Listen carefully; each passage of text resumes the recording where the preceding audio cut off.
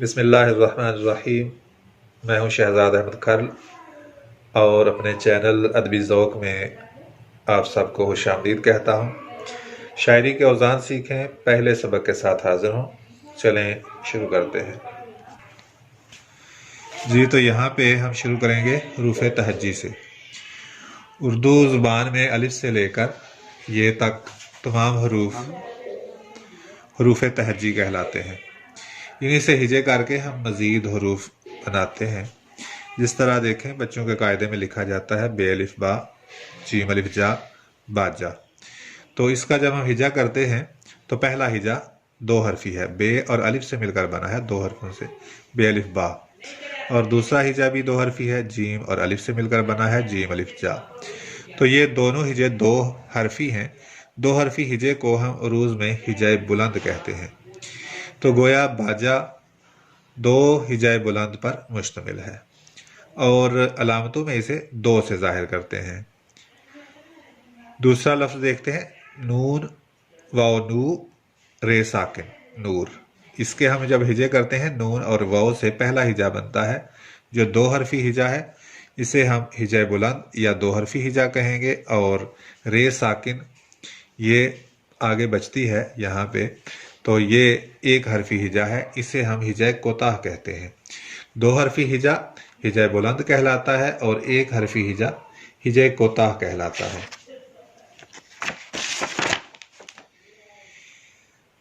یہاں پہ ایک حرفی ہجا ہجائے کوتاہ، اسے ایک سے ظاہر کرتے ہیں، لیکن ہم اسے اردو کے حرف الف سے ظاہر کریں گے۔ دو حرفی ہجا ہجائے بلند کہتے ہیں اسے، اور اسے دو سے ظاہر کیا جاتا ہے، لیکن ہم اسے دال سے ظاہر کریں گے۔ الف ایک کا پہلا حرف ہے اور دال دو کا پہلا حرف ہے، اور یہ انحراف ہم نے کیوں کیا اس کی تشریح ہم تھوڑا آگے چل کے کریں گے۔ دیکھیں باجا کا وزن علامتوں میں دال دال دو دو ہوگا، اور نور کا جو علامتی وزن ہے وہ دال الف ہوگا، یعنی دو ایک ہوگا۔ ایک غلطی جو ہے جو عام طور پر بچوں سے ہوتی ہے وہ اس طرح ہے، جیسے یہ لفظ اسم لکھا ہوا ہے تو یہ الف چونکہ علیحدہ لکھا ہوا ہے تو اسے الف زیر ای، سین میم سم، سین اور میم اکٹھا ہے تو اسے جوڑ کے دو حرفی ہجا بنا دیتے ہیں اور اس کا تلفظ اسم کرتے ہیں، لیکن اس کا درست تلفظ جو ہے وہ اسم ہے۔ اور دوسری غلطی جو ہے وہ ہوتی ہے جب دو ہجوں سے زیادہ ایک لفظ میں ہجے آتے ہیں تو ان کا ہجا کرتے ہوئے غلطی جو ہے وہ لگتی ہے، لیکن ہم یہاں آسان طریقہ استعمال کریں گے۔ آوازوں پر غور کر کے لفظ، جو بھی لفظ ہے جس کے ہم نے ہجے معلوم کرنے ہیں اس کی آوازوں پر ہم غور کریں گے، اور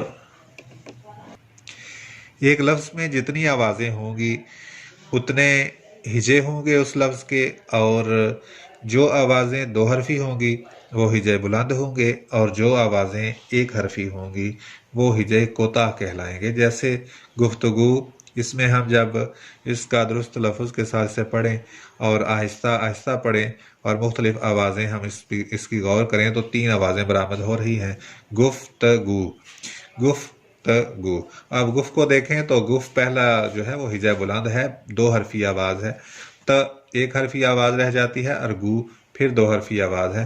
تو اس طرح سے اس کا وزن جو ہے علامتوں میں دال الف دال دو ایک دو ہوگا۔ ہم اسے پڑھنے میں دو ایک دو پڑھیں گے، لکھنے میں دال ایک الف دال لکھیں گے۔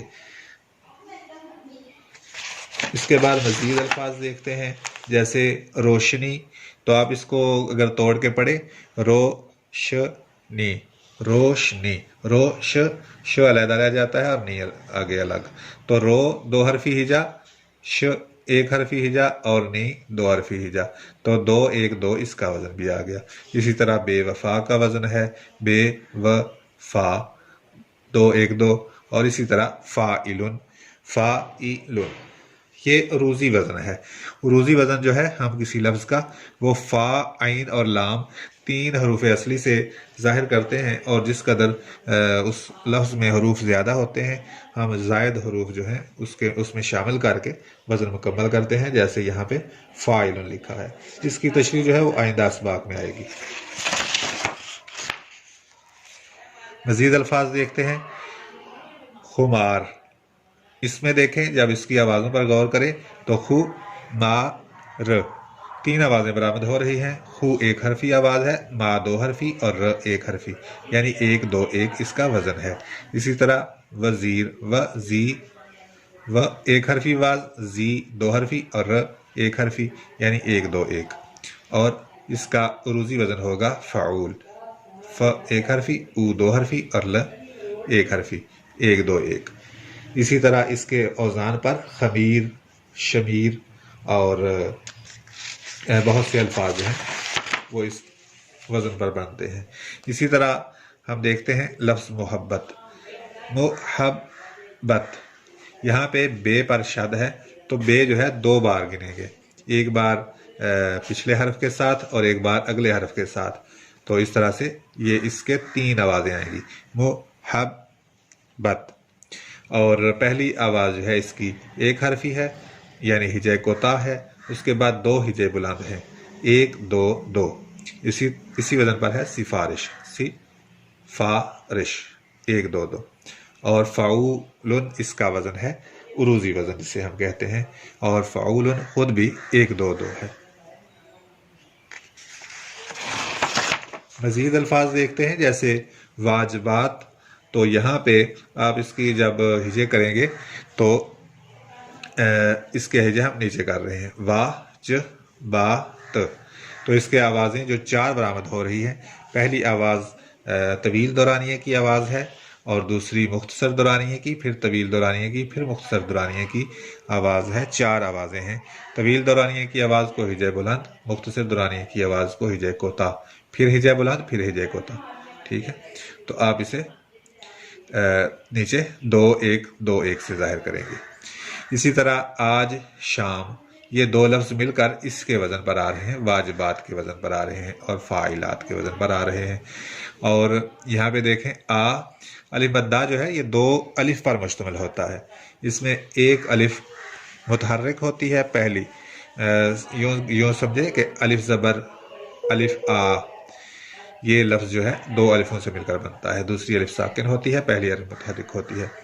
اسی طرح جیم ہجے کوتا ہے، اور شین الف 2 حرفوں سے مل کر بنا تو ہجے بلند، اور میم ہجے کوتا، یہ بھی 2 1 2 2 1 2 1۔ اور اسی طرح فاعلات، اس کا عروضی وزن ہو گیا 2 1 2 1۔ مزید الفاظ دیکھتے ہیں، پذیرائی، نئی گاڑی، مفاعیل، یہ 3 ایک وزن پر ہیں اور عروضی وزن ہے مفاعیل۔ اسی طرح رکو، ٹھہرو، ابھی تو دل نہیں سنبھلا، 3 مفاعیل سے ایک مصرع بن گیا، رکو ٹھہرو ابھی تو دل نہیں سنبھلا، یا اس طرح سے بہلا، کوئی بھی لفظ آپ یہاں پہ لگا سکتے ہیں۔ تو یہ الگ الگ لفظوں کی جو تختی ہے وہ میں نے آپ کو بتائی ہے، اور یہاں پہ جو ہے پورے جملے کی تختی اگلے اسباق میں آئے گی انشاءاللہ۔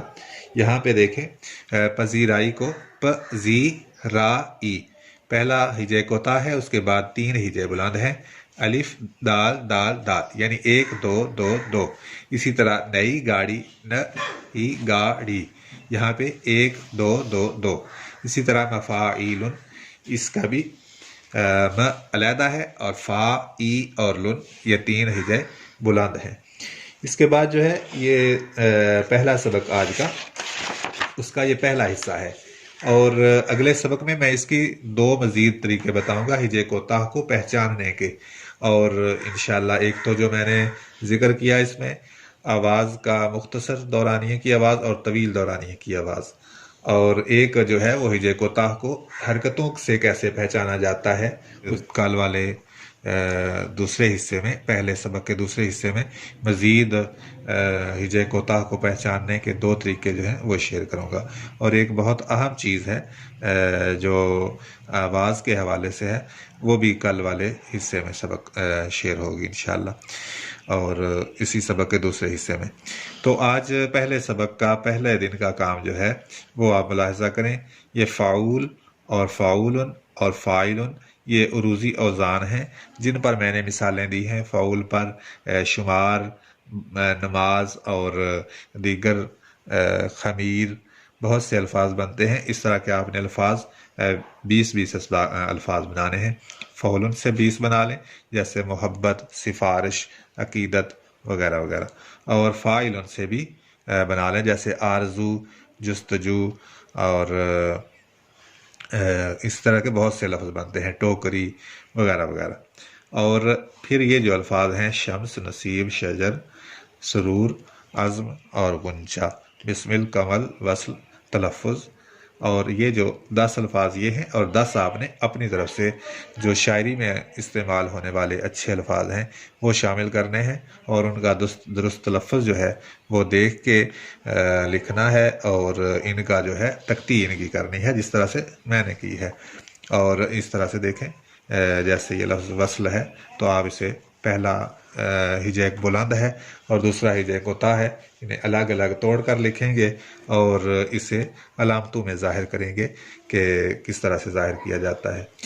اور یہاں پہ یہ سبق حل کرنے کے لیے آپ ایک ویڈیو میں شیئر کر چکا ہوں کہ لکھاریوں کے لیے مفید لنکس، تو وہاں سے آپ ان کے درست لفظ دیکھ سکیں گے، اور وہاں ویب سائٹس کے لنکس ہیں، اور اس ویڈیو کے لنک بھی اس سبق کی ڈسکرپشن میں آپ دیکھ پائیں گے، اور جہاں پہ فیس بک میں اور واٹس ایپ میں یہ کورس چل رہا ہے ان کے لنکس بھی آپ یہاں پہ ملاحظہ کر پائیں گے۔ اور اگر آپ فیس بک پہ سبق حل کر رہے ہیں تو پھر اس ویڈیو کے کمنٹ میں آپ صرف حاضری لگوا دیں کہ آپ نے ویڈیو دیکھ لی ہے، کوئی چھوٹا موٹا کمنٹ کر دیں، اور اگر آپ صرف یہیں پہ اسباق حل کر رہے ہیں تو پھر سارا سبق جو ہے یہ حل کر کے آپ کمنٹس باکس میں شیئر کر دیں۔